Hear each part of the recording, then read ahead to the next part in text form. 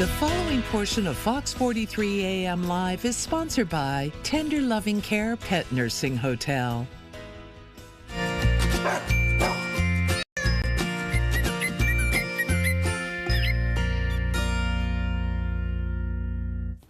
And joining us once again is Leslie Frange with Tender Loving Care Pet Nursing Hotel for our latest edition of Everything Pet. Today we're discussing signs of anxiety in our dogs and cats. Very important information here. Yes, because I know Garth is a very anxious, scared dog. Is he? He is a little bit. We've done some of this stuff. I'm so glad we're here to talk more about it. So let's start off with what are some common signs of anxiety in dogs and cats? So with cats, let's start with cats because we always do. We're so dog focused in this world. Cats are important too. Yes. So with cats, excessive meowing, being aggressive when they're normally not, and excessive licking and grooming and that kind of thing, and hiding a lot. Oh. So that's cats.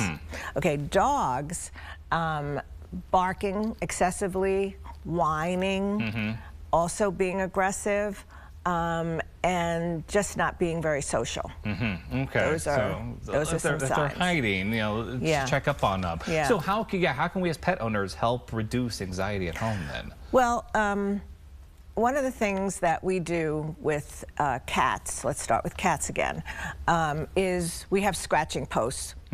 That helps to relieve any stress that they might be having. We have windows so that they can go look outside, see nature, see people, see traffic. And then we also have a fake fish tank, which everybody can get one of these fake fish tank. Okay. Yes, because it gives them something to focus on other than whatever their stress is. So that's what we do for cats, and I highly recommend. That fake fish tank is also something that people use to reduce their stress. You can put it on your desk and look at it when you're feeling stressed. How are the fish moving? So they have fake water in there, and it just kind of moves around. And actually, it's not fake water. You put the water in, and the fish are fake. Okay. And you push the button, and the light changes, and the color changes, and it's a lot of fun. Perfect for cats, and humans. Perfect for humans. I love it. Yes. One of our customers told me that their son actually has one on their desk. So people use these things. Yes. And then for dogs, socialization is a great way because a lot of these dogs, and several dogs in this day and age, are pandemic dogs.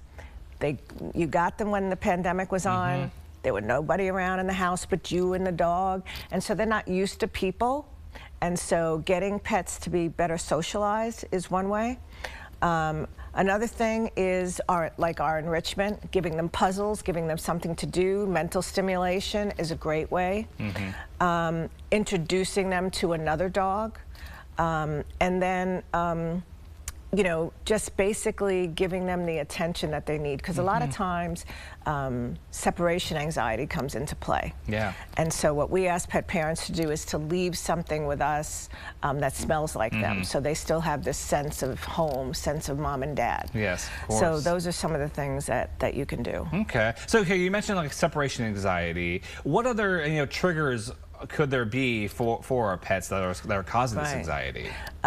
So loud noises, and especially with cats. Cats are just a ball of stress, frankly. They're just, anything makes cats stressed. So it could be the doorbell, it could be someone new coming into the house, like I said, the fire engine going by, loud noises, all those freak out cats. Dogs can be the same things, right? So separation anxiety, loud noises, when you leave for work in the morning, sometimes, that's stressful for dogs and for cats. So those are some of the things off the top of my head. Let me look and make sure I'm not missing anything. Oh, the other thing that we do at TLC? Yeah. Music therapy. Yes. We've done a little bit of that with Garth. We have to find the right music for him. He's liking jazz right now. Really? Well, that's great. Yeah, because music they love. So we play a lot of classical music at TLC, and also Reggae. Oh, reggae. Reggae, Okay. right? So if you're looking for another genre, I might have to try that one out. go check out reggae. I like that. Yeah. And okay, so yes, I feel like I need all this information because Garth is like a cat in a dog's body. And you do own a cat. I know. I think he learned from Charlie. I think he picked up Charlie's anxiety. Stress, and like I ruffle a bag and Garth's gone to his crate. So at what point, when should pet owners, be seeking professional help for their anxiety? Right. So if they are doing anything excessively, like excessive whining, excessive barking, for dogs, those are some of the things. With cats, excessive grooming, because that can be really dangerous at the end of the day. And dangerous meaning, you don't want them to start, getting, losing their fur too much and this kind of thing, and just getting a little cray-cray. So I think those are the things that you should look out for in your pets, and call your vet or take your pet to the veterinarian and see what's going on. And and there are medications that they can give them. Sometimes Benadryl is a great way to kind of chill a pet out. There's also trazodone or gabapentin. Those are some of the things that you can do. And people say, oh, I don't want to drug my dog. I don't want to drug my cat. Well, frankly, it's for their own good. It's not just that, you're giving medication to your pet, but it's a way to help them, right? Because they don't want to be stressed. This is not a way to be happy in the home.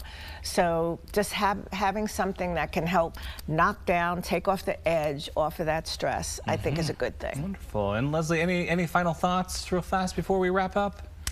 I think the most important thing is to recognize these things and to get real.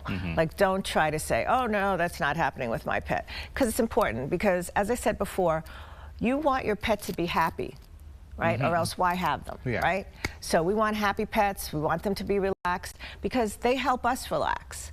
So if they're stressed, you're stressed. If you're stressed, they're stressed. So if you're stressed, try to bring it down and give them the love and attention that they need, and that will really help both you and your pet, because they're kind of like a support for you. Of course, 100%. Well, Leslie, thank you so much for joining us this morning. Always a pleasure chatting with you. You too. And everyone, to learn more about tender loving care, you can go to tlcpetnursinghotel.com. The preceding portion of Fox 43 AM Live was sponsored by Tender Loving Care Pet Nursing Hotel.